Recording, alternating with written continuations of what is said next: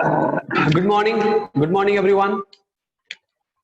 आज हम लोग पढ़ने वाले हैं जेस्टेशन विच मीन्स डेवलपमेंट, इसके बाद कैसे पार्चुरेशन होता है और फिर हम लोग देखेंगे लैक्टेशन कैसे होता है।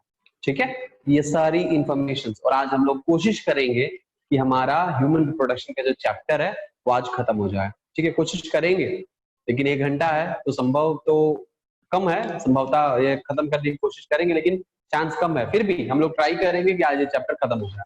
ठीक है, तो पहले हम लोग शुरू करेंगे यहाँ पे किस चीज से शुरू करेंगे। पहले शुरू करेंगे हम लोग डेवलपमेंट से, यानी हम लोगों को पता है लास्ट क्लास में हमने कहाँ छोड़ा था। लास्ट क्लास में हमने छोड़ा था लैक्यूना डेवलपमेंट तक।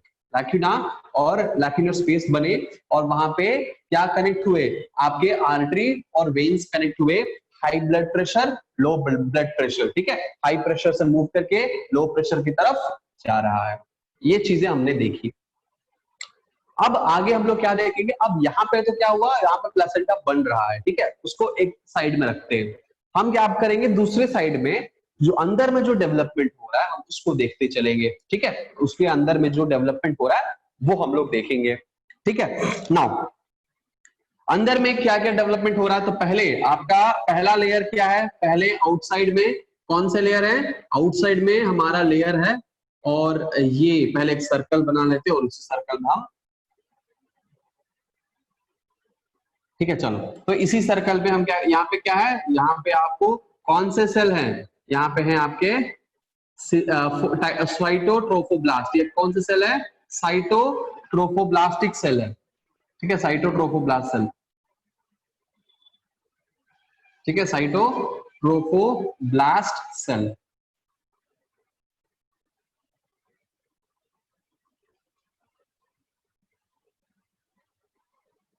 ठीक है, ये क्या है, साइटोट्रोफोब्लास्ट सेल यानी ट्रोफोब्लास्टिक सेल।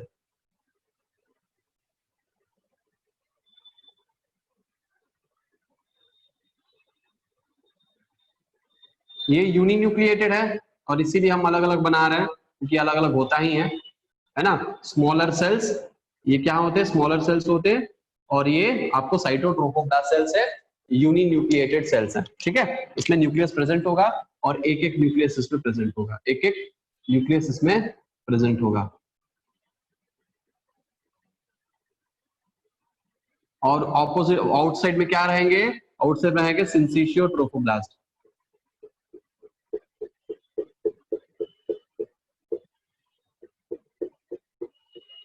ठीक है, आउटसाइड में रहेंगे, इसके आउटसाइड में रहेंगे सिंसिशियो ट्रोफोब्लास्ट, उसको भी हम बना देते हैं। ये क्या है, मल्टी न्यूक्लिएटेड है, सिंसिशियो ट्रोफोब्लास्ट।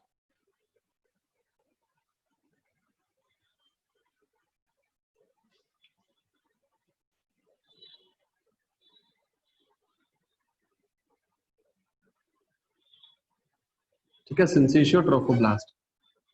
ठीक, इसके अंदर में क्या होगा, एम्ब्रियोब्लास्ट सेल्स होंगे। इसके अंदर में क्या होगा, एम्ब्रियोब्लास्ट सेल्स होंगे। ठीक है,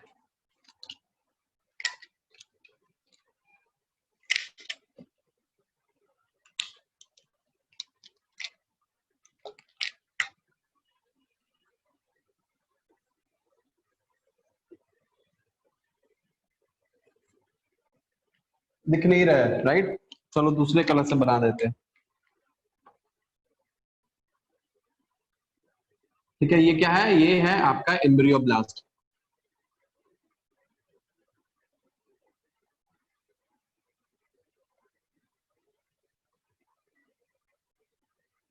ठीक है, लार्जर जो सेल्स हैं वो बनाए हमारे एम्ब्रियोब्लास्ट से। यहाँ पे एक छोटा सा इंफॉर्मेशन हम आपको, ये जो हमारा एम्ब्रियोब्लास्ट सेल, एम्ब्रियोब्लास्ट सेल में सेल एक तरह का स्टेम सेल है, एक तरह का क्या है, स्टेम सेल है। और ये स्टेम सेल का मतलब क्या है, ये स्टेम सेल ये टोटीपोटेंट स्टेम सेल है, मतलब इसके पास अपना खुद का अपना पोटेंशियल रहता है, इतना पोटेंशियल रहता है कि क्या करेगा, पूरे हमारे ऑर्गन्स को, पूरे टिश्यूज को, पूरे ऑर्गेनिज्म यानी पूरे फीटस को डेवलप कर सकता है। ठीक है, क्या कर सकता है, पूरे फीटस को डेवलप कर सकता है। मतलब इसके पास टोटीपोटेंसी रहती है, ठीक है, टोटीपोटेंसी रहती है ताकि ये डेवलप कर सके, ठीक है। तो ये क्या है, एक तरह का स्टेम सेल, एक तरह का क्या होता है, स्टेम सेल होता है ना। और स्टेम सेल वो होते हैं जो ऑर्गेनिजम्स को प्रोड्यूस करते हैं, ठीक है, किसी भी ऑर्गेन को, किसी भी तरह के ऑर्गेन या ऑर्गेनिजम्स को, किसी भी तरह के सेल्स को प्रोड्यूस कर सकते हैं। एम्ब्रियोब्लास्ट, साइटोट्रोफोब्लास्ट, सिंसिशियोट्रोफोब्लास्ट, ये जो कैविटी है ये ब्लास्टोसील है यहाँ पे, और ये पूरा ब्लास्टुला आपको, सॉरी ब्लास्टोसिस्ट यहाँ पे फॉर्म करेंगे। ब्लास्टोसिस्ट आपको दिखाई दे रहा है, यस और नो, पूरा सेल आपको दिखाई दे रहा है। Now what will happen, now ये जो हमारे अंदर में, ये जो हमारे एम्ब्रियोब्लास्ट हैं, ये हमारे जो एम्ब्रियोब्लास्ट हैं ये इकट्ठा हो चुके हैं। इकट्ठा होने के बाद अब यहां से कुछ सेल्स रिलीज होने लगेंगे। यहां से क्या करेंगे, कुछ ये सेल्स ये क्या करेंगे, सब रिलीज होकर ये इकट्ठा हो जाएंगे। पहले तो ये इकट्ठा हो जाएंगे, इकट्ठा होकर दो प्लेट जैसा फॉर्म करेंगे, अरेंज हो जाएंगे, दो प्लेट जैसा अरेंज हो जाएंगे। तो पहले ये कैसे अरेंज होंगे, ये दो प्लेट जैसा अरेंज होंगे,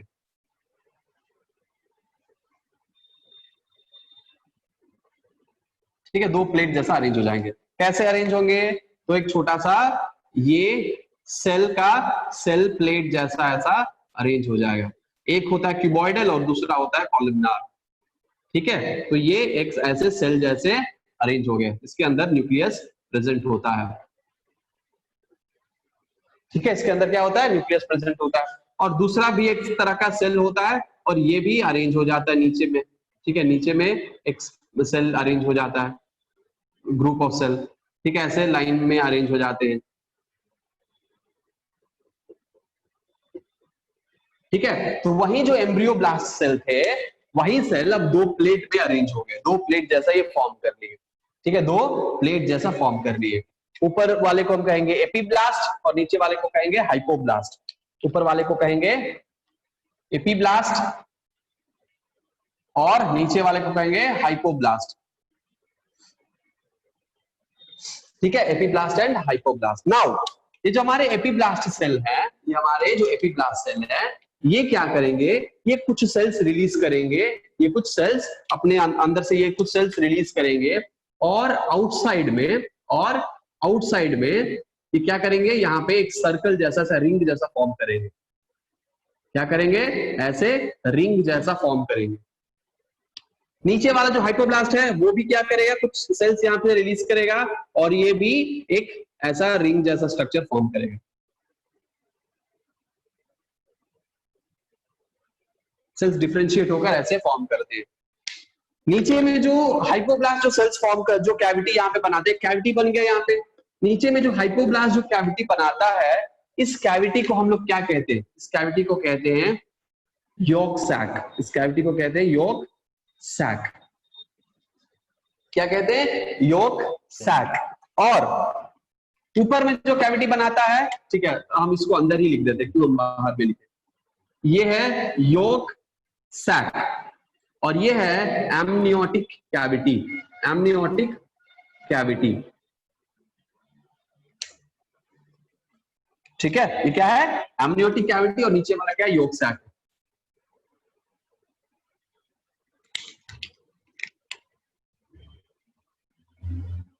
ठीक है, ऊपर वाला है एमनियोटिक कैविटी और नीचे वाला क्या है, यॉर्क सैक है। Understood. Now what will happen, ये जो हमारे यॉर्क सैक के ये जो सेल्स हैं, ये क्या करेंगे, ये कुछ सेल्स, ये यहां से कुछ सेल्स क्या करेंगे, प्रोड्यूस करने लगेंगे, कुछ कनेक्टिव टिश्यू सेल्स ये यहाँ पे प्रोड्यूस करने लगेंगे। या क्या प्रोड्यूस करने लगेंगे, कुछ कनेक्टिव टिश्यू सेल्स यहाँ पे प्रोड्यूस करने लगेंगे, ठीक है। और ये चारों तरफ वो सेल्स जो है माइग्रेट होने लगेंगे, कंटिन्यूअसली वो सेल्स क्या होने लगेंगे, माइग्रेट होने लगेंगे। सो यहाँ पे कुछ सेल्स प्रोडक्शन हो रही है, कुछ सेल्स का प्रोडक्शन यहाँ पे हो रहा है, कुछ सेल्स यहाँ प्रोड्यूस हो रहा है, मल्टीपल सेल्स यहाँ पे क्या हो रहा है, यहाँ पे प्रोडक्शन हो रहे हैं। और ये कौन प्रोड्यूस कर रहा है, ये यॉर्क सैक का जो आउटसाइड में जो सेल्स बना है वो प्रोड्यूस कर रहे हैं। और ये चारों तरफ आपको ये स्प्रेड हो जाएंगे, चारों तरफ ये क्या हो जाएंगे, ये स्प्रेड हो जाएंगे, चारों तरफ ये स्प्रेड हो जाएंगे। उसके बाद क्या होंगे, ये चारों तरफ ये कलेक्टिव टिश्यू सेल जो है स्प्रेड हो गए, secreted by this yolk sac का ये जो लेयर है यही सेक्रेट करता है, और ये आपको एक कनेक्टिव टिश्यू का एक ऐसा लेयर बन गया। उसके बाद क्या होगा, ये कनेक्टिव टिश्यू का लेयर अब अंदर ही अंदर डिफरेंशिएट होने लगेगा, अंदर ही अंदर डिजेनरेट होने लगेगा और एक छोटा सा कैविटी यहाँ पे बना लेगा, एक छोटा सा यहाँ पे कैविटी बना लेगा, है ना, अंदर ही अंदर क्या होने लगा, डिजेनरेट होने लगा और उसके बाद एक कैविटी बना लिया। कैविटी बनाने के बाद कुछ सेल्स अंदर की तरफ प्रेजेंट होंगे और कुछ सेल्स बाहर की तरफ प्रेजेंट होंगे,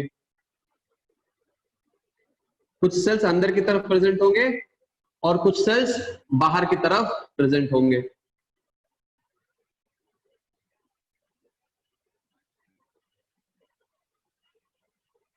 ठीक है, अंदर की तरफ एक सेल प्रेजेंट है और कुछ सेल्स बाहर की तरफ प्रेजेंट है, दोनों मेम्ब्रेन बन गया, दोनों मेम्ब्रेन। और ये मेम्ब्रेन को हम कहेंगे extra embryonic mesoderm.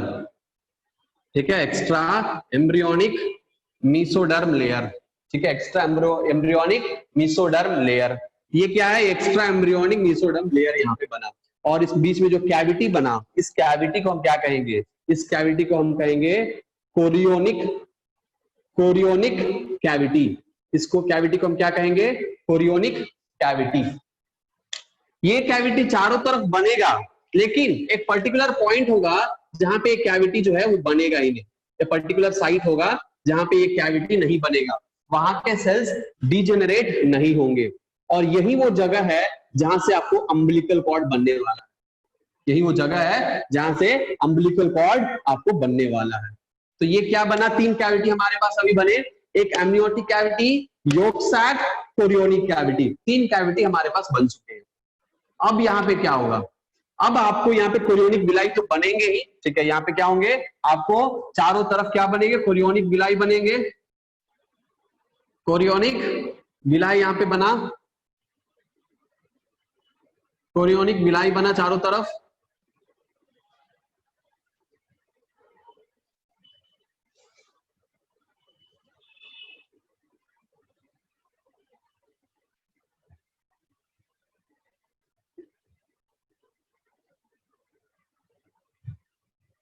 Chorionic villi चारों तरफ बन गया। अब यहाँ पे इम्प्लांटेशन होगा, है ना, ये इम्प्लांटेशन, तो ये इम्प्लांटेशन के बाद ही ये सब चीजें डेवलपमेंट होता है। तो इस वक्त जब यहाँ पे डेवलप हुआ है, उस वक्त ये इम्प्लांटेशन हो चुका होगा। ठीक है, हम इसको मिटा देते हैं, उस वक्त ये इम्प्लांटेशन हो चुका होगा। तो यहाँ पे इम्प्लांटेशन हो गया है, आपके यहाँ पे क्या है, ब्लड वेसल्स हैं, लाक्यूनोस्पेसेस बन चुके हैं, सिंसिशियो ट्रोफोब्लास्ट है, यहाँ पे क्या कर चुका है, ये कवर्ड है यहाँ पे, है ना, ये क्या किया है, इसको कवर किया है। तो ये यहाँ पे ये कवर्ड है, ये क्या है, ये यहाँ पे कवर्ड हो चुका है, कवरिंग है। फिर ये लाक्यूनर स्पेसेस यहाँ पे डेवलप हो चुका है, कई सारी चेंजेस यहाँ पे बन चुकी है। तो हम लोग ये सब डिस्कस करेंगे, ठीक है, लेकिन पहले अंदर का डेवलपमेंट हम लोग डिस्कस कर लेते हैं, फिर हम यहाँ पे प्लेसेंटा कैसे बन रहा है इसके बारे में हम लोग डिस्कस करेंगे। ठीक है, क्योंकि अंदर में ये जो पहला वीक में जो डेवलपमेंट होता है, उसी के बाद ही ये प्लेसेंटा का डेवलपमेंट साइमल्टेनियसली चलते रहता है। तो इसीलिए हम साइमल्टेनियसली पढ़ते रहेंगे। ठीक है, तो ये यहाँ पे सिंसिशियो ट्रोफोब्लास्ट है, क्या है, सिंसिशियो ट्रोफोब्लास्ट। नाउ ये जो है, ये जो अंदर में आपको ये बना है होगा।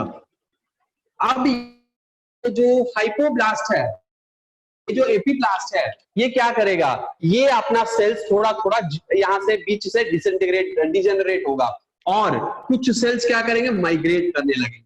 अब हम क्या करते हैं, अब हम इस पर्टिकुलर बाहर निकालते हैं, बाहर निकालकर हम उसको बनाते हैं, यहाँ पे बाहर निकालकर हम इस पर्टिकुलर से दो प्लेट को बाहर बनाएंगे और आपको दिखाएंगे कि ये प्लेट के बाद डिजेनरेशन कैसे होता है। ठीक है, देखिए अब इंटरनेट कनेक्टिविटी के वजह से अब लैग हो सकता है, और क्योंकि यहाँ पे हम जो देख पा रहे हैं यहाँ पे लैगिंग नहीं हो रही, क्योंकि यहाँ पे इंटरनेट कनेक्टिविटी सही है, मुझे जो दिख रहा है यहाँ पे कनेक्टिविटी, लेकिन हो सकता है कि आपके जगह पे इंटरनेट कनेक्टिविटी का थोड़ा इश्यू हो, इसलिए आपको लैग कर रहा हो। ठीक है, चलो हम इसको क्या करते हैं, इस लेयर को बाहर निकालते हैं।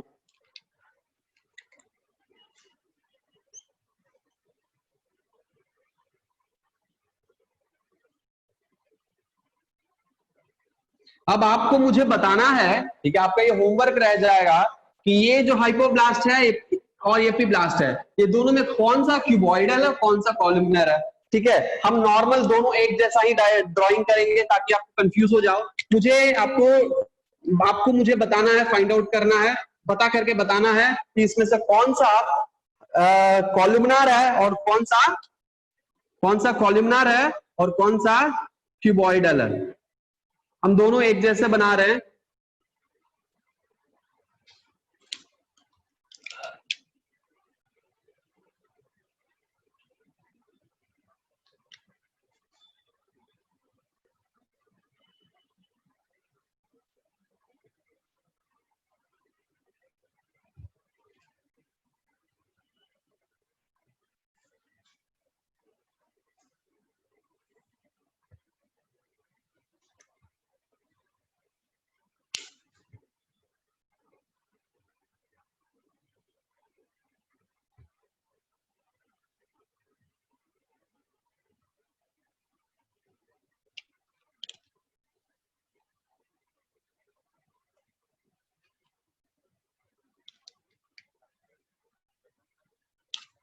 ये डायग्राम यहाँ पे अच्छे से बन नहीं पाएगा, स्पेस बहुत कम है, तो क्या किया जाए।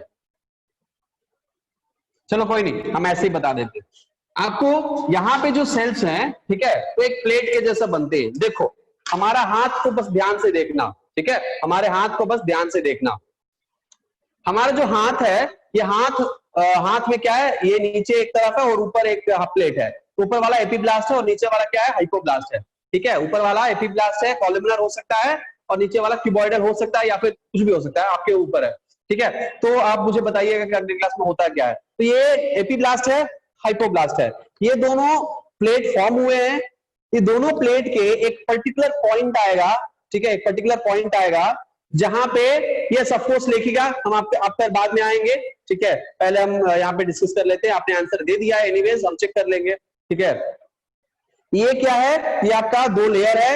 एक पर्टिकुलर पॉइंट आएगा जहां पे ये दोनों लेयर जो है फ्यूज हो जाएंगे। दोनों लेयर क्या हो जाएंगे, दोनों लेयर फ्यूज हो जाएंगे। ठीक है, फॉर एग्जांपल ये हमारा दो लेयर है और इस लेयर के इस पॉइंट पर, आगे के पॉइंट पर ये फ्यूज कर गया। जिस एरिया में ये फ्यूज करता है वहां पे एक होल बना लेता है, जो जहां पे फ्यूज करता है एक होल बना लेता है। तो इस एरिया में फ्यूज किया, यहाँ पे एक होल बना लिया। इस पर्टिकुलर रीजन को हम क्या कहते हैं। ठीक है, हमने आपको बताया था जब एपिडाइमिस पढ़ा रहे थे। कुछ इसमें से कुछ लोग हैं जो हमारा लर्निंग लाइफ में जो क्लास चलता है वहां पे अटेंड किए हैं, और उसमें हमने बताया था कि टेस्टिस के ऊपर जब एपिडाइमिस होता है, उसका हेड रीजन और टेल रीजन को क्या कहते हैं, है ना। तो हेड रीजन को क्या कहते हैं, जरा बताइए तो हमें, हेड रीजन को क्या कहते हैं। कोई है जो हमारा क्लास किया है तो? कापुट,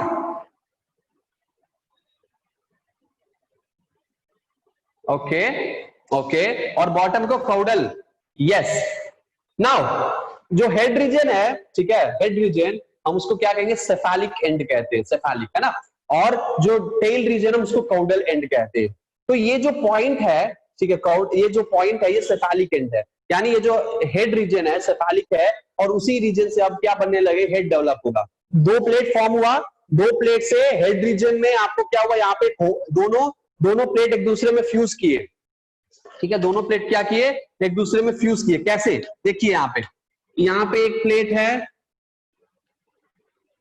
प्लेट है और ये क्या किया, ये इस तरह से बेंड हुआ। फिर दूसरा यहाँ पे प्लेट है, ठीक है, दूसरा प्लेट है, वो कुछ इस तरह से दोनों फ्यूज किए। ठीक है, दोनों इस पॉइंट पर क्या किए, फ्यूज किए। ठीक है, दोनों फ्यूज किए, और फिर फ्यूज करने के बाद यहाँ पे एक होल क्रिएट किए। क्या क्रिएट किए, एक यहाँ पे होल बना। क्या बना, एक होल बना, गैप। ठीक है, एक होल बना या यहाँ पे गैप बना। ये जो गैप है, ये जो होल है, this is the hole, this is the hole, और यही जो होल है वो क्या बनाएगा, यही होल माउथ कैविटी बनाएगा। क्या बनाएगा, माउथ कैविटी बनाएगा। ये हेड रीजन है और ये टेल रीजन है। ठीक है, ये हेड रीजन है और ये टेल रीजन है। ठीक है, तो यहाँ पे कैविटी बनाएगा, एक गैप बनाएगा, और वो गैप क्या होगा, माउथ कैविटी फॉर्म होगा। ठीक है, सो मान के चलिए कि ये आपका एक प्लेट है, तो कुछ इस तरह से आपको प्लेट हो सकते हैं। ठीक है, दूसरा प्लेट यहाँ पे है, दूसरा प्लेट, ठीक है।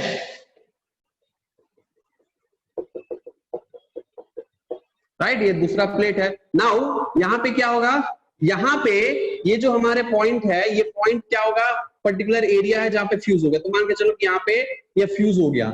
ये जब यहाँ पे फ्यूज होता है तो यहाँ पे क्या क्रिएट कर लेता है, होल। तो यहाँ पे एक होल क्रिएट हो गया और यही होल क्या बना, माउथ कैविटी बना। यही होल माउथ कैविटी बना। और जो बॉटम वाले रीजन है वहां पे भी एक छोटा सा यहाँ पे अटैचमेंट होता है और वहां पे भी एक छोटा सा होल क्रिएट होता है।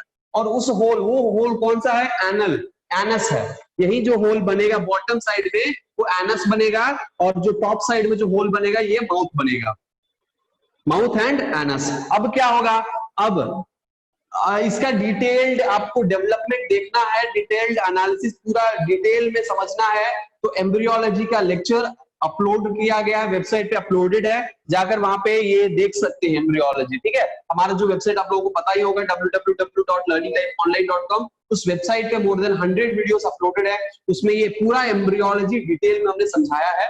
ठीक है, उसमें कुछ कुछ पार्ट्स है जो लास्ट में हमने डेवलपमेंट नहीं बताया, second trimester third trimester develop में क्या होता है, हम लोग वो लेक्चर अलग से हम डालेंगे। ठीक है, उस पे तो आप देख सकते हैं कि कैसे सर्कुलेटरी सिस्टम डेवलप होता है, पहले कौन सा ऑर्गन डेवलप होगा, उसके बाद कैसे सारे ऑर्गन डेवलपमेंट ऑर्गन का कैसा होता है, ऑर्गेनोजेनेसिस कैसा होता है, वो सब हम बताएंगे। वहां पे नर्वस सिस्टम कैसे डेवलप होता है, सर्कुलेटरी सिस्टम कैसे डेवलप होता है, सब बताएंगे। ठीक है, वो अलग से लेक्चर हम अपलोड करेंगे, लेकिन ये जो बेसिक लेक्चर्स हैं ये अपलोडेड है, आप जाके देख सकते हैं।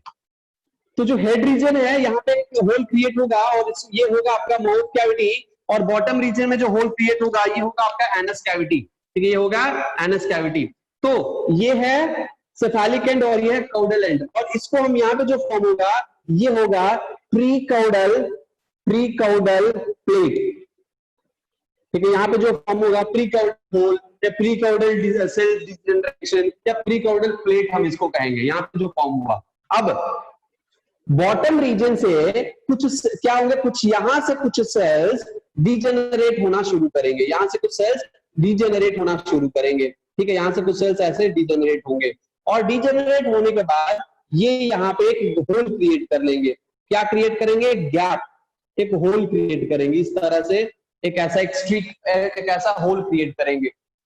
ठीक है, और इसको हम कहेंगे प्रिमिटिव स्ट्रीक, इसको हम कहेंगे प्रिमिटिव स्ट्रीक। ये दो लेयर है, इस दो लेयर में क्या होगा, एक बॉटम साइड में आपको क्या होंगे सेल्स, कुछ सेल्स ऐसे डिजेनरेट होंगे, कुछ सेल्स क्या होंगे ऐसे डिजेनरेट होंगे। यहाँ पे जो सेल्स यहाँ अटैच है धीरे धीरे डिजेनरेट होकर वहां पे गैप प्रोड्यूस कर लेंगे। क्या प्रोड्यूस कर लेंगे, गैप प्रोड्यूस कर लेंगे। ठीक है, और यहाँ जो सेल्स है, यहाँ पे जो सेल्स है वो धीरे धीरे माइग्रेट करने लगेंगे और इस सेल्स अंदर में आने लगेंगे, और यहाँ पे जो सेल्स है वो भी माइग्रेट करके अंदर की तरफ आने लगेंगे। और ये जो मूवमेंट होगा ये अमीबॉइड मूवमेंट होगा, यहाँ पे जो मूवमेंट होगा ये अमीबॉइड मूवमेंट से सारे सेल्स माइग्रेट करने लगेंगे। ठीक है, माइग्रेट, तो यहाँ पे इस तरफ जो सेल्स है वो सारे सेल्स माइग्रेट होकर इस होल के थ्रू पीछे की तरफ आने लगेंगे। यहाँ पे जो सेल्स है वो माइग्रेट होकर पीछे की तरफ इस तरफ आने लगेंगे। यहाँ पे जो सेल्स है वो माइग्रेट होकर अंदर से होकर पीछे आएंगे। ठीक है, तो इस तरह से आपको क्या होंगे, इस तरह से आपको सारे सेल जो है वो माइग्रेट होने लगेंगे। राइट, लेफ्ट हैंड साइड यहां से सेल्स मूव करेंगे, इस गैप में एंटर करेंगे और फिर ये इस तरफ आ जाएंगे। यहाँ पे जो सेल्स है वो क्या करेंगे, माइग्रेट करके इस होल में आएंगे और फिर यहाँ इधर मूव कर जाएंगे। यहाँ पे जो सेल्स है वो क्या करेंगे, माइग्रेट करेंगे और अंदर में होकर पीछे की तरफ डाउनवर्ड मूव कर जाएंगे। ऐसे करके ये बीच में एक और सेल का लेयर बन जाएगा और वो सेल प्लेट जो है वो आपको क्या कहलाएगा, वहां पे सेल प्लेट जो बनेगा वो मेसोडर्म होगा। क्या होगा, मेसोडर्म, यानी सेकेंड लेयर आपको बनेगा और वो लेयर होगा सेकेंड लेयर। ठीक है, मेसोडर्म। तो ये एम्ब्रियोनिक मेसोडर्म है। ठीक है, क्या है ये, एम्ब्रियोनिक मेसोडर्म बनेगा। सो यहाँ पे एक और लेयर इस दोनों के बीच में बनेगा। सो यहाँ पे मान के चलो यहाँ पे डिजेनरेशन हो गया, डिजेनरेशन होकर आपको यहाँ पे कई सारे सेल्स बन गए, मल्टीपल सेल्स यहाँ पे बन गए और वो सारे सेल्स जो है माइग्रेट होने लगे। माइग्रेट होकर कुछ सेल्स इधर आए, कुछ सेल्स इधर आए और कुछ सेल्स पीछे की तरफ गए और ये एक प्लेट बना लिया, एक प्लेट बना लिया, ठीक है। और हमारे पास नीचे में एक प्लेट ऑलरेडी है ही, है ना, हमारे पास ऑलरेडी नीचे में एक प्लेट है। तो यहाँ पे 3 प्लेट बन गया, तो ये आपको बन गया 3 प्लेट यानी ट्राइजेमिनल डिस्क, ट्राइजेमिनल डिस्क। सो पहला हमारा ये है आपका ऊपर वाला लेयर, ये है मिडिल वाला लेयर और ये है बॉटम वाला लेयर। तो 3 लेयर हमारे पास बन गए। इन तीनों को मिलाकर हम क्या कहेंगे? ट्राइजर्मिनल, ट्राइजर्मिनल डिस्क, ट्राइजर्मिनल डिस्क कहेंगे या ट्राइजर्मिनल लेयर कहेंगे। सो यहाँ पे 3 लेयर यहाँ पे बन गए, ठीक है, ट्राइजर्मिनल लेयर यहाँ पे बन गए, ठीक है, ट्राइजर्मिनल लेयर यहाँ पे बन गए। क्लियर है? तो ट्राइजर्मिनल लेयर बन गए। तो 3 लेयर बनने के बाद अब क्या होगा? अब यहाँ पे 3 लेयर बन चुके हैं, ठीक है, यहाँ पे क्या बन चुके हैं? 3 लेयर बन चुके हैं, राइट। तो यहाँ पे हम सेंटर में एक छोटा सा लेयर हम यहाँ पे बना देते हैं, तो यहाँ पे तीसरा लेयर भी यहाँ पे बन चुका है। तो 3 लेयर हमारे पास है, तीनों सेल्स के 3 लेयर यहाँ पे बन चुके हैं। ये एक लेयर, ये एक लेयर और ये तीसरा लेयर। तो 3 लेयर ऑफ सेल्स यहाँ पे तैयार है, तो ट्राइजेमिनल लेयर बन गया। अब ये ट्राइजेमिनल लेयर बनने के बाद क्या होते हैं? ट्राइजेमिनल लेयर बनने के बाद अब ये बेंड होंगे, क्या होंगे? अब ये बेंड होते हैं, ठीक। ट्राइजेमिनल लेयर यहाँ पे बनने के बाद यहाँ पे बेंड हो जाते हैं। बेंड होने के बाद कई सारे यहाँ पे चेंजेस होते हैं और इसके आउटर में कई सारे कवरिंग बन जाते हैं, ठीक है। कैसे बनते हैं? Let me discuss that. तो इसको स्क्रीनशॉट लेना है तो ले सकते हैं।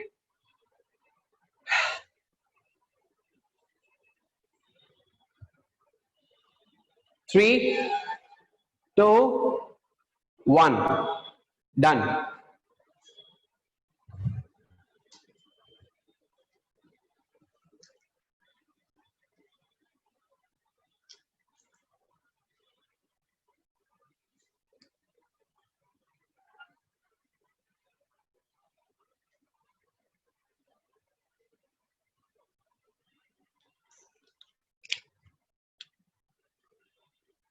Now, this is the plate. This is the chorionic plate. This is the chorionic plate. यहां से आपको जो डिजेनरेट नहीं हुआ है वो सेल है, जो डिजेनरेट नहीं हुआ वो सेल है। उसके बाद क्या हुए हैं?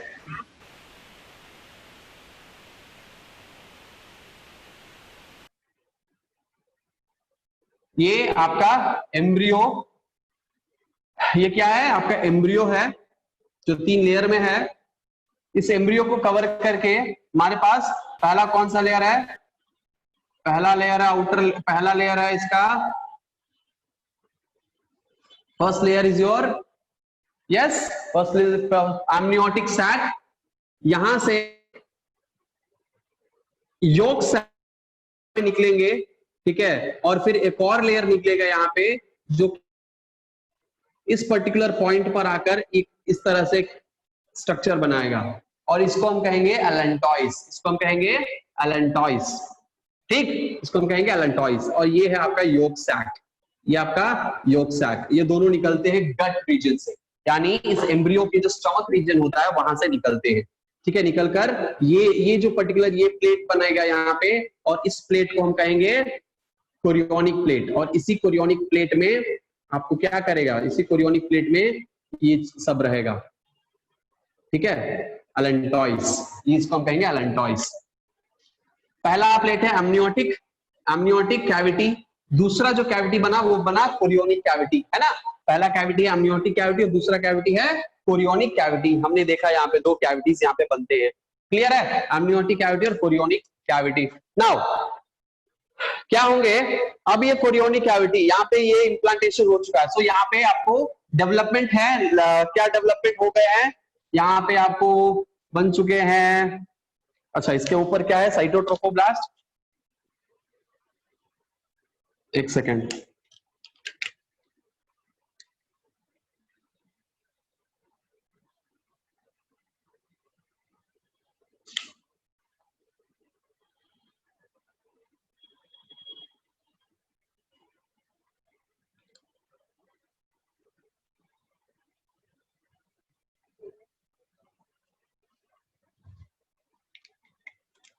इसके ऊपर होंगे साइटोट्रोफोब्लास्ट,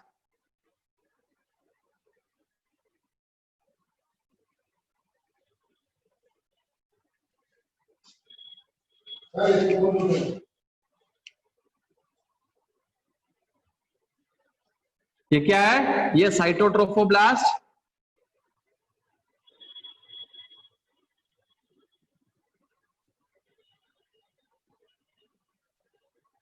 उसके ऊपर होंगे सिंसिशियोट्रोफोब्लास्ट,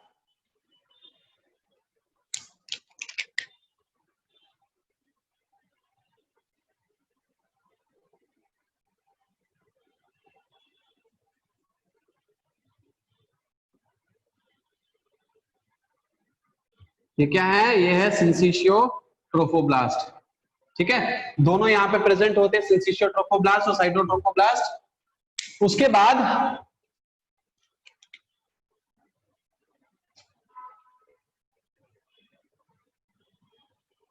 तो यही जो है वो सिंसिशियो साइटो सब मिलकर क्या बनेंगे, कोरियोनिक, कोरियोनिक प्लेट बनाएंगे, यही कोरियोनिक प्लेट बनाएंगे। सिंसिशियोट्रोफोब्लास्ट और साइटोट्रोफोब्लास्ट मिलकर कोरियोनिक प्लेट बनाएंगे। अब यहाँ पे क्या निकला है, यहां से निकला है कोरियोनिक विलाय, है ना, क्या बना है, कोरियोनिक विलाय।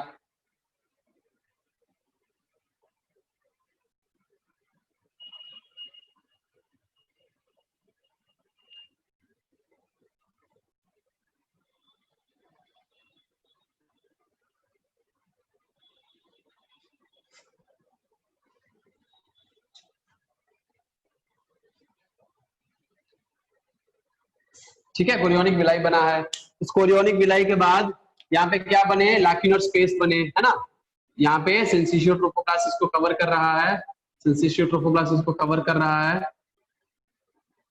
और यहाँ पे बने लाक्यूलर स्पेसेस।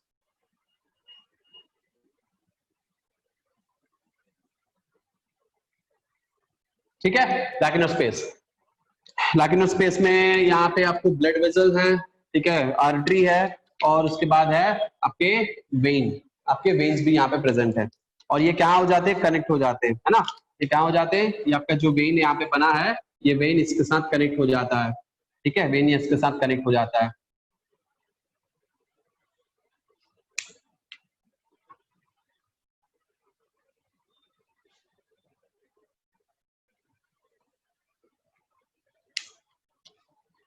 और यहां से भी आर्टरी भी इसके साथ क्या हो जाता है, कनेक्ट हो जाता है, और ब्लड फ्लो जो है शुरू हो जाता है, ब्लड फ्लो यहाँ पे शुरू हो गया। अब देखिए ध्यान से सुनिएगा बात, ठीक है, यहाँ पे आर्टरी है, वेन्स है, ब्लड फ्लो शुरू हो चुका है। तो जब जहां जिस साइड में ब्लड फ्लो होगा, ठीक है, ये एरिया है जहां पे ब्लड फ्लो होगा, इस तो पूरे एरिया में ब्लड फ्लो नहीं होगा, क्योंकि यही वो एरिया है जहां पे हमने यूट्रस है, यूट्रस प्रेजेंट है, हमें यूट्राइन वॉल प्रेजेंट है, और ब्लड सप्लाई दे रहा है। तो इस तरफ के जितने एरियाज में जितने कोरियोनिक विलाय होंगे वो डेवलप रहेंगे, लेकिन धीरे धीरे करके जितने भी कोरियोनिक विलाय इसके पीछे की तरफ होंगे, ठीक है, अब एम्ब्रियोनिक पोल, हम इसको क्या कहेंगे, अब एम्ब्रियोनिक पोल की तरफ होंगे, वो क्या हो जाएंगे, डीजेनरेट हो जाएंगे। तो क्या हो जाएंगे, डीजेनरेट हो जाएंगे, और बाकी सिर्फ इसी एरिया में जहां पे ब्लड सप्लाई रेगुलरली मिल रहा है, जहां पे रेगुलरली ब्लड सप्लाई मिल रहा है, वहीं पे आपको प्रेजेंट रहेगा, बाकी एरियाज में प्रेजेंट नहीं रहेगा। ठीक है, सिर्फ इसी एरिया में प्रेजेंट रहेगा, बाकी एरिया में डिजेनरेट हो जाएगा। नाउ ये जो डिजेनरेट हो चुका है बाकी एरियाज में, और उसके बाद क्या होंगे, यहाँ पे ये कौन सा कैविटी है, पहला कैविटी है एमनियोटिक कैविटी, पहला कैविटी है आपका, ये कैविटी है एमनियोटिक कैविटी, ये है आपका एम्ब्रियो, ये है आपका कोरियोनिक कैविटी, कोरियोनिक कैविटी, ठीक है, यहां पे आता है ये आपका अलेंटॉइस है, दिस इज योर अलेंटॉइस, यहां पे क्या रहेंगे, यहां पे रहेंगे योक सैक, और ये दोनों आपके जो योक कैविटी, आपके जो योक सैक बने रहते हैं, वो योक सैक बाहर की तरफ आ जाते हैं थोड़ा सा, और यहाँ पे अलेंटॉइस भी आ जाएंगे। ये दोनों क्या करते हैं, ये माना जाता है कि ये ब्लड वेसल्स और ब्लड वेसल्स और ब्लड सेल्स को प्रोड्यूस करने में, जब तक लिवर नहीं फॉर्म हो जाता तब तक यही ब्लड सप्लाई करते हैं, ब्लड सेल्स यही प्रोड्यूस करते हैं, ठीक है, अलेंटॉइस तो, और ब्लड वेसल्स भी यही योक सैक और अलेंटॉइस बनाते हैं, तो यही माना जाता है। उसके बाद धीरे धीरे डिजेनरेट हो जाता है, योक सैक जो है वो किसी काम का नहीं होता है, डिजनरेट हो जाता है। फिर आपको लिवर बन जाते हैं, तो वो उसके बाद सेल्स जो डेवलप करने लगते हैं, वो वहां पे आरबीसी सेल्स डब्ल्यूबीसी प्रोड्यूस करने लगते हैं। फिर उसके बाद कुछ कुछ महीनों तक और भी कई कुछ ऑर्गन्स है जो प्रोड्यूस करेंगे। फिर जाके बाहर जब निकलेंगे, साइटोट्रोफोब्लास्ट, सही है, साइटोट्रोफोब्लास्ट है ये, साइटोट्रोफोब्लास्ट और सिंसिशियोट्रोफोब्लास्ट, सिंसिशियोट्रोफोब्लास्ट है, ठीक है। उसके बाद क्या बन जाते हैं, उसके बाद बोन मैरो डेवलप होना शुरू हो जाता है, डेवलपमेंट आपका बोन मैरो शुरू कर देता है, ठीक है। यह एमनियोटिक कैविटी है, chorionic cavity. For the time being, जैसे जैसे टाइम जाता है क्या होता है, ये जो एमनियोटिक कैविटी है ये इंक्रीज होता है, अपना ये साइज जो बढ़ाता है, इसमें फ्लूइड भरे रहते हैं और फ्लूइड जो है कंटिन्यूसली डेवलप होते हैं और ज्यादा होते हैं, और ये अपने साइज को क्या करता है, इंक्रीज करता है। और इंक्रीज करने के बाद क्या होगा, धीरे धीरे ये जो कोरियोनिक कैविटी है ये अपना अस्तित्व खो देगा और कोरियोनिक कैविटी गायब हो जाएगा, और ये पूरा का पूरा क्या बन जाएगा, पूरा का पूरा बन जाएगा amniotic cavity, huge amniotic cavity. और ये एमनियोटिक कैविटी किस लिए होता है, तो ये एमनियोटिक कैविटी होता है बाहर से आने वाले शॉक से बचाने के लिए, बाहर से आने वाले शॉक से बचाने के लिए ये यहाँ पे ये प्रोटेक्ट करेगा इस एम्ब्रियो को, इस डेवलपिंग फीटस को ये प्रोटेक्ट करेगा, ठीक है। डेवलपिंग फीटस को क्या करेगा, प्रोटेक्ट करेगा।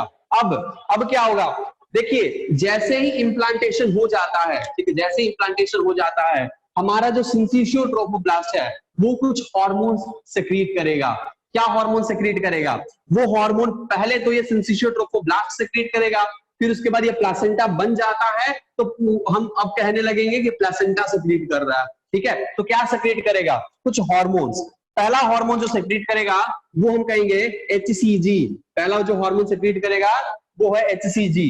दूसरा जो हार्मोन सेक्रीट करेगा, ठीक है, ये है HCl, ठीक है, दूसरा हार्मोन HCl।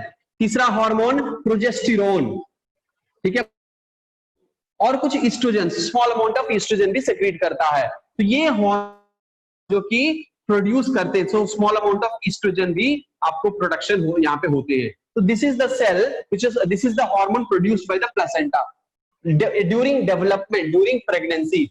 उसके बाद एक हार्मोन ये प्रोड्यूस करेगा relaxin during parturition, during parturition ये रिलैक्सिन प्रोड्यूस होगा। HCG कब प्रोड्यूस होगा, तो HCG जैसे ही हमारा ये सिंसिशियोट्रोफोब्लास्ट क्या करेगा, इम्प्लांटेशन कर लेगा पूरा, ये पूरा हमारा जो स्ट्रक्चर है, जैसे ही यूटेराइन वॉल में इम्प्लांटेशन हो जाएगा, syncytiotrophoblast starts secreting human chorionic gonadotropin. HCG का मतलब होता है ह्यूमन कोरियोनिक गोनाडोट्रोपिन।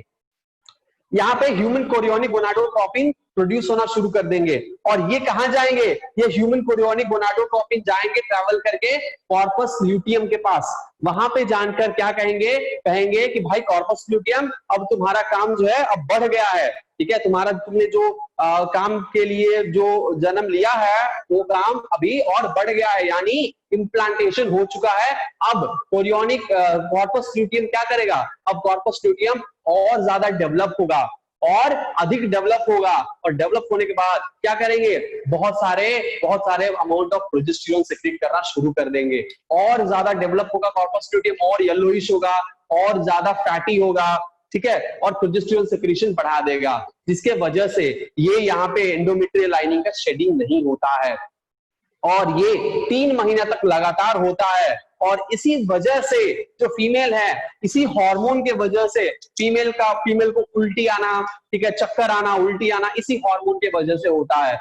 जब ये प्रेगनेंसी होती है, प्रेग्नेंट होती है, तो प्रेगनेंसी के जैसी इम्प्लांटेशन होगा उनको चक्कर आना और उल्टी आना शुरू हो जाएगा, ठीक है, nausea and vomiting, nausea vomiting शुरू हो जाएगा। और वो नॉजिया वॉमिटिंग किस वजह से होता है, HCG के वजह से होता है। ब्लड में अगर HCG है तो नॉजिया वॉमिटिंग होगा, और ये HCG आपको यूरिन में भी निकलने लगता है, और इसी यूरिन टेस्ट से और इसी ब्लड टेस्ट या यूरिन टेस्ट करने पर पता चल जाता है कि ये प्रेग्नेंट है कि नहीं, तो ये यूरिन से रिलीज होने लगता है, ठीक है। और इसी टेस्ट को हम ग्रामिंडेक्स टेस्ट कहते हैं। यूरिन में HCG, HCl ये सब चीजों का मतलब ये सब चीजें अगर मिलने लगता है, यूरिन में HCG मिलेगा, अगर ये मिलने लगता है तो कंफर्म किया जाता है कि इम्प्लांटेशन हो चुका है। अगर ये नहीं मिलता है टेस्ट में, रिपोर्ट में HCG नहीं प्रेजेंट है तो इसका मतलब इम्प्लांटेशन फेल हो गया, इम्प्लांटेशन नहीं हुआ है, ठीक है। तो इसी को कहेंगे ग्राम इंडेक्स टेस्ट, ठीक है, प्रेगनेंसी कंफर्म करने वाला टेस्ट।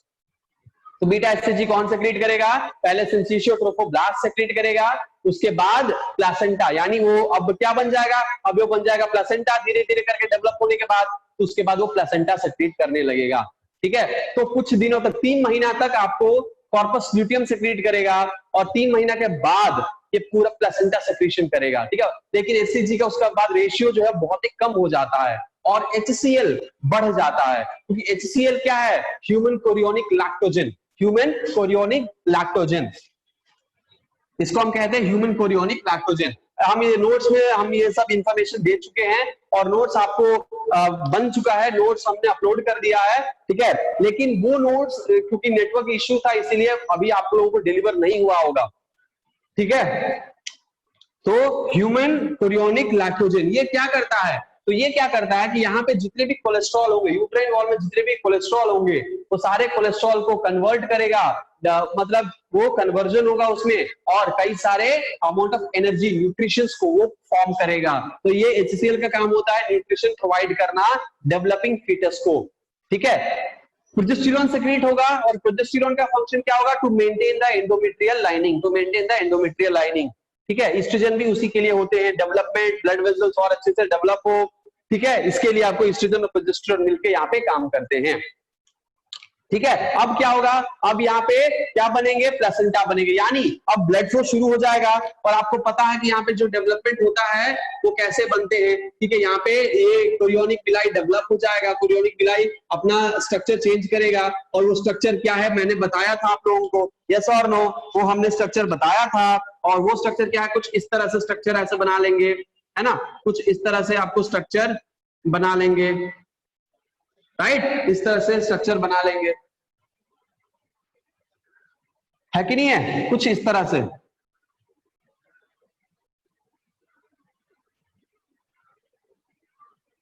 ठीक है, कुछ इस तरह से स्ट्रक्चर बना लेंगे। उसके बाद जैसे ही ब्लड फ्लो इसके अंदर होता है, ठीक है, इस तरह से यहाँ पे स्ट्रक्चर जो बनाए हैं, जैसे ही ब्लड फ्लो होता है, जैसे ब्लड फ्लो होता है वो सारा क्या करेगा? फिर भी सिंसिशियो ट्रोफोब्लास्ट बाहर का भी रहेगा, कुछ दिनों के बाद सिंसिशियो ट्रोफोब्लास्ट गायब हो जाएगा, लेकिन अभी सिंसिशियो ट्रोफोब्लास्ट इसके आउटसाइड में प्रेजेंट होगा, इसके आउटसाइड में सिंसिशियो ट्रोफोब्लास्ट अभी भी प्रेजेंट होगा, ठीक है। अंदर में आपको क्या बने? कोरियोनिक यहाँ पे विलाई डेवलप हुए, कोरियोनिक विलाई यहाँ पे डेवलप हुए,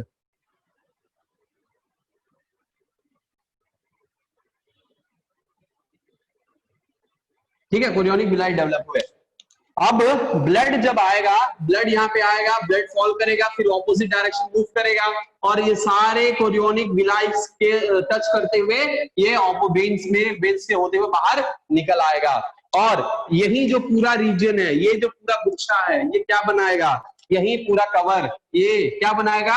ये अम्बिलिकल कॉर्ड बनाएगा, अम्बिलिकल कॉर्ड बनाएगा। और यहीं से आपको ब्लड सप्लाई, यहाँ पे ब्लड वेसल्स आपके बन जाएंगे, ठीक है, ब्लड वेसल्स बन जाएंगे और ये ब्लड वेसल्स क्या करेंगे? ये ब्लड वेसल्स चारों तरफ ये एंटर कर जाएंगे और ये किसके थ्रू एंटर करेंगे? कहाँ पे? कोरियोनिक प्लेट रहेगा, ठीक है, यहाँ पे कोरियोनिक प्लेट रहेगा, उसी प्लेट से ये बाहर निकलेंगे और कोरियोनिक विलाई के अंदर एंटर करेंगे और यहीं से आपको ब्लड और गैसियस एक्सचेंज होगा, ठीक है। उस वक्त तक आपको डेवलपमेंट और अच्छा हो गया होगा और अच्छे से डेवलपमेंट यहाँ पे हो गया होगा और ये आपको कुछ इस तरह से स्ट्रक्चर बन गया होगा बेबी का, यहाँ पे ब्लड वेसल्स डेवलप हो गया होगा, यहाँ पे गैस्ट्रो इंटेस्टिनल सिस्टम डेवलप हो गया होगा, ठीक है, यहाँ पे गैस्ट्रो इंटेस्टिनल सिस्टम यहाँ पे डेवलप हो गया होगा, कई सारे ऑर्गन्स यहाँ पे डेवलप हो गए होंगे, ठीक है। तो ये धीरे धीरे अब अपना डेवलपमेंट क्या करता है? बढ़ाता है। जैसे जैसे कोई अम्नियोटिक कैविटी भरने लगता है, मतलब ये जैसे साइज करने लगता है, कोई अम्नियोटिक कैविटी अब क्या करने लगता है? धीरे धीरे कम होने लगता है, ठीक है। और पूरा यूटेराइन कैविटी जो है वो कवर हो, पूरा यूटेराइन कैविटी क्या हो जाता है? ऑक्यूपाई हो जाता है, ठीक है।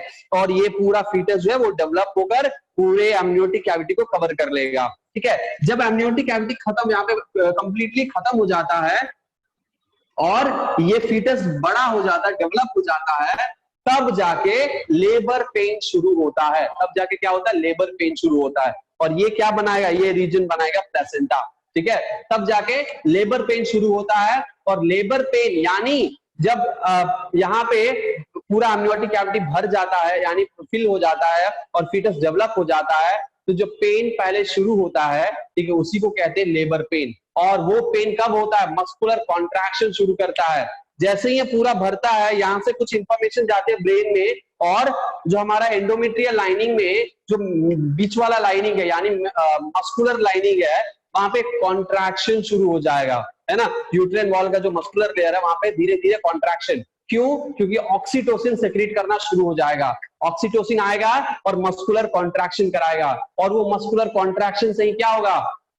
पार्चुरेशन स्टार्ट होगा, ठीक है, पार्चुरेशन स्टार्ट होगा। अब पार्चुरेशन में क्या होगा? पार्चुरेशन में पहले आपको क्या होंगे, यहां तक क्लियर है सबको?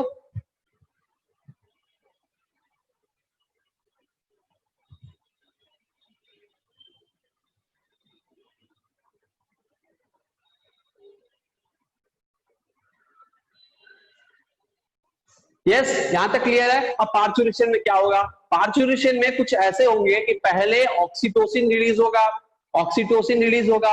ऑक्सीटोसिन जैसे ही रिलीज होता है, उसके बाद क्या होंगे? ऑक्सीटोसिन रिलीज होने के बाद आपको मस्कुलर कॉन्ट्रैक्शन शुरू होंगे।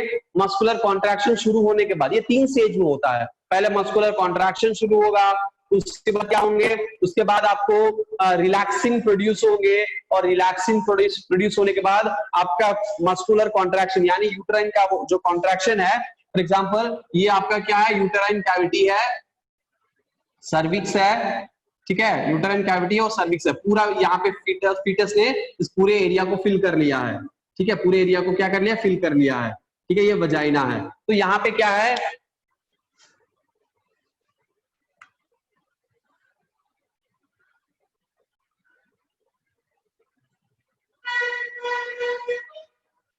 यहाँ पे क्या है? फीटस ने भर लिया है। ये जो यहाँ पे मस्कुलर कॉन्ट्रैक्शन होंगे, वो मस्कुलर कॉन्ट्रैक्शन क्या करेंगे? पहले टॉप से इसको कॉन्ट्रैक्ट करेंगे। जब कॉन्ट्रैक्ट करेंगे तो बेबी धीरे धीरे रिलीज होगा। अब प्लेसेंटा क्या करेंगे? प्लेसेंटा रिलैक्सिन प्रोड्यूस करेंगे, और रिलैक्सिन क्या करेंगे? इस पूरे कैनाल को अब डायलेट करेंगे। रिलैक्सिन क्या करेंगे?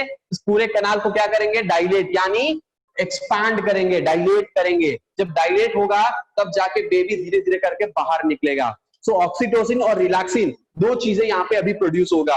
और जब ये डायलेशन हो जाता है, ठीक है, सर्विकल और वेजाइनल डायलेशन हो जाता है, तो इसको हम कहते हैं क्या कहते हैं? इसको हम कहते हैं canal. Yes, birth canal dilation, birth canal dilation. तो ये है बर्थ कैनाल, और इसी बर्थ कैनाल के डायलेशन के बाद आपका फीटस धीरे धीरे बाहर निकलता है और रिलीज हो जाता है। जब रिलीज होता है तो प्लेसेंटा भी बाहर निकलता है और हेवी ब्लीडिंग होता है, तो अम्बिलिकल कॉर्ड के साथ आता है, और अम्बिलिकल कॉर्ड को क्या किया जाता है? आपको बाहर में क्लिप लगाकर कट करके अलग सेपरेट कर दिया जाता है। फीटस को यानी बेबी को आपके मदर से सेपरेट कर दिया जाता है, और वहां पे हेवी ब्लड फ्लो होता है, और वो ध्यान में रखा जाता है कि कहीं प्लासेंटा ब्रेक ना हो कंप्लीटली, नहीं तो फिर ये बहुत प्रॉब्लम हो सकती है। यूट्राइन वॉल जो है डायरेक्टली मदर से बहुत एक्सेसिव ब्लीडिंग ना हो, इसका ध्यान रखा जाता है, ठीक है। और प्लासेंटा पूरा का पूरा प्लासेंटा जो है बाहर निकाल लिया, मतलब निकल जाता है और उसको डिस्कार्ड कर दिया जाता है, ठीक है। क्योंकि अगर वो प्लासेंटा अगर अटैच रह जाता है तो वो कंटिन्यूस ब्लीडिंग होता रहेगा और मदर को बहुत जान को खतरा हो सकता है, इसीलिए उसको रिमूव हटा दिया जाता है, ठीक है। और ये कहलाएगा पार्चुरेशन। ये क्या कहलाएगा? पार्चुरेशन कहलाएगा। After parturition, as soon as parturition happens, यहाँ पे क्या होंगे? आपको ब्रेन में, हमारे ब्रेन में स्टिमुलेशन जाएंगे, और वहां से प्रोलैक्टिन का सेक्रेशन शुरू होगा। ऑक्सीटोसिन और प्रोलैक्टिन का सेक्रेशन शुरू होगा। जैसे पहले तो प्रोलैक्टिन होगा, प्रोलैक्टिन क्या करेंगे? प्रोलैक्टिन हम यहाँ पे लिख देते हैं नाम,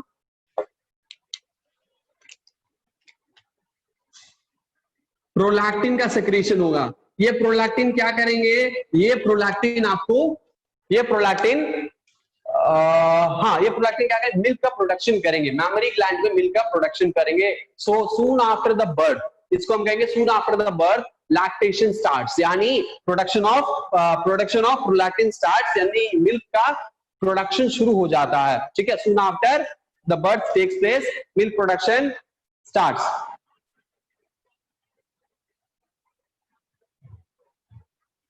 ठीक है। All right, now what will happen? अब आपका, यस, पार्चुरेशन हो गया।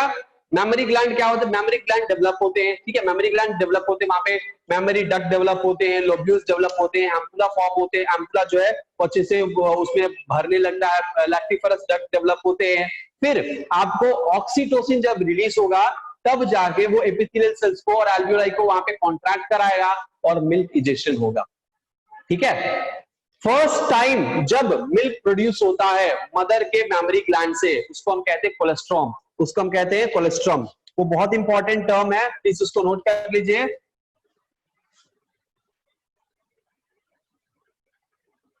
ठीक है, कोलेस्ट्रॉम कहते हैं। और ये कोलेस्ट्रॉम क्या होता है, फर्स्ट मिल्क जो प्रोड्यूस करती है मदर, ठीक है, उसको हम कोलेस्ट्रॉम कहते हैं। और वे कुछ दिनों तक प्रोड्यूस होता है। इसमें एंटीबॉडीज होते हैं, इसमें एंटीबॉडी होते हैं, कई सारे हार्मोन्स होते हैं, एंजाइम्स होते हैं, और इम्यून सिस्टम, लिम्फोसाइट्स यानी इम्यून सिस्टम का डेवलपमेंट नहीं होता है बेबी में स्टार्टिंग में। इसीलिए अब इम्यून सिस्टम, यहाँ पे इम्यून सिस्टम का जो भी फंक्शन होगा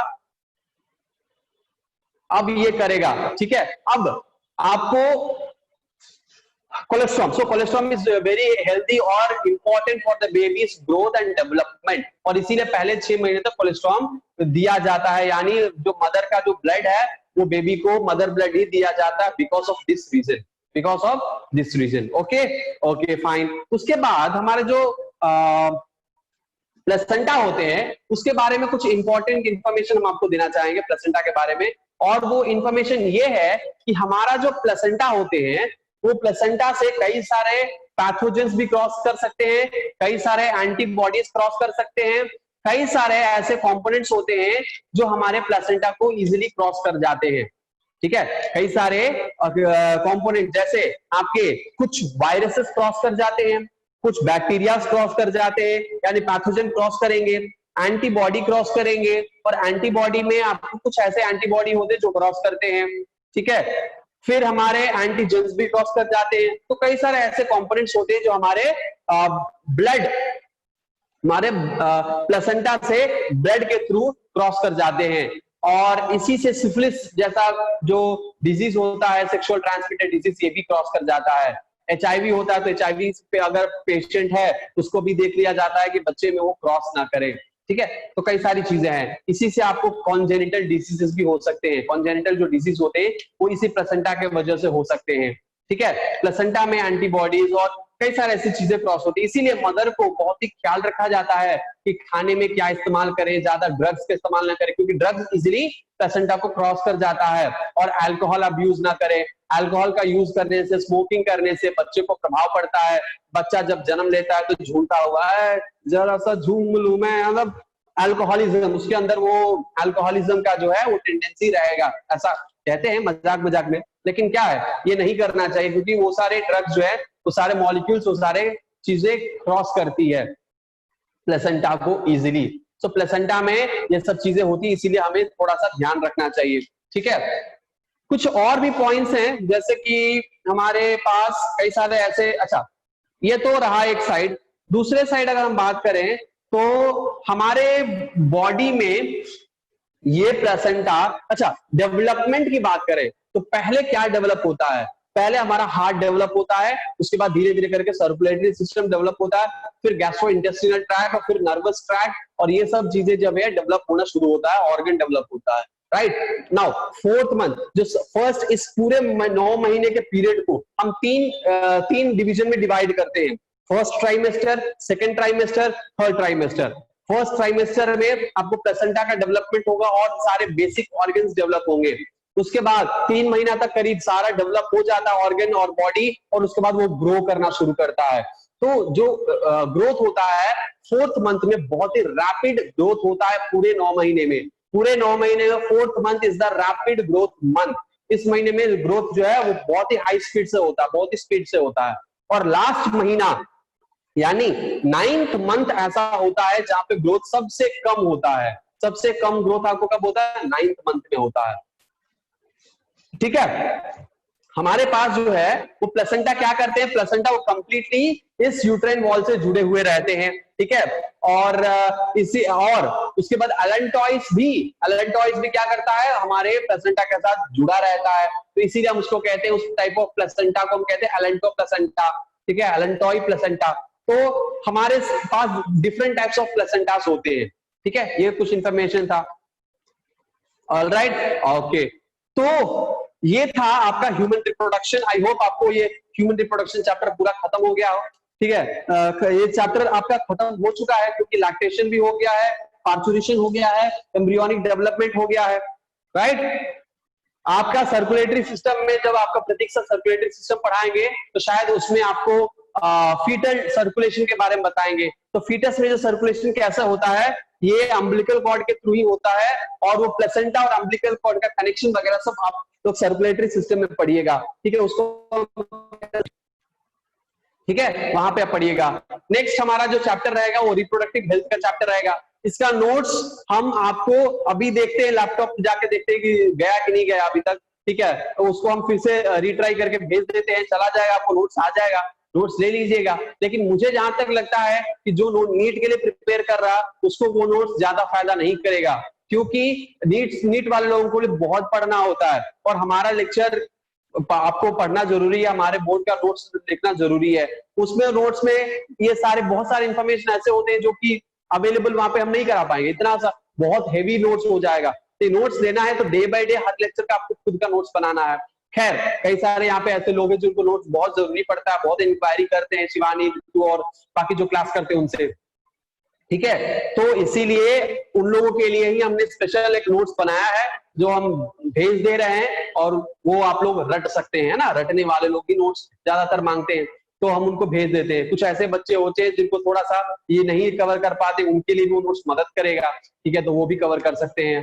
तो जो न्यू बिल जो पास हुआ है, ठीक है, जो न्यू बिल आया है एजुकेशन बिल, उसमें रटने वालों के लिए बहुत ही बुरी खबर है, जो रटता है उसके लिए बहुत ही बुरी खबर है, क्योंकि यहाँ पे अब जो क्वेश्चंस बोर्ड में आने वाले हैं, बोर्ड में भी वो अब स्किल बेस्ड आने वाले, वैल्यू बेस्ड आने वाले, यानी प्रैक्टिकल बेस्ड आने वाले हैं क्वेश्चन। अब रटने वाले लोगों का जो क्वेश्चन होता है, जैसे सीधे सीधे रट के आंसर दे सकते हैं, वैसा क्वेश्चन नहीं पूछने वाला है। तो बहुत सारे चेंजेस हुए हैं उस बिल में, एजुकेशन में, तो आप लोग उस बिल को एक बार पढ़ लीजिएगा क्या होता है, ठीक है। नहीं है तो हम लोग या कोई एक फैकल्टी होगा आपको वो उसके बारे में पूरा बता देगा कि क्या है वो बिल, आपको क्या हेल्प करेगा, आपको क्या नुकसान पहुंचाएगा, कौन से बच्चे उसमें क्या कर सकते हैं, कैसे हमारे बोर्ड के एग्जामिनेशन में क्या क्या चेंजेस हो सकते हैं, ये सब चीजों के बारे में बताएंगे, ठीक है।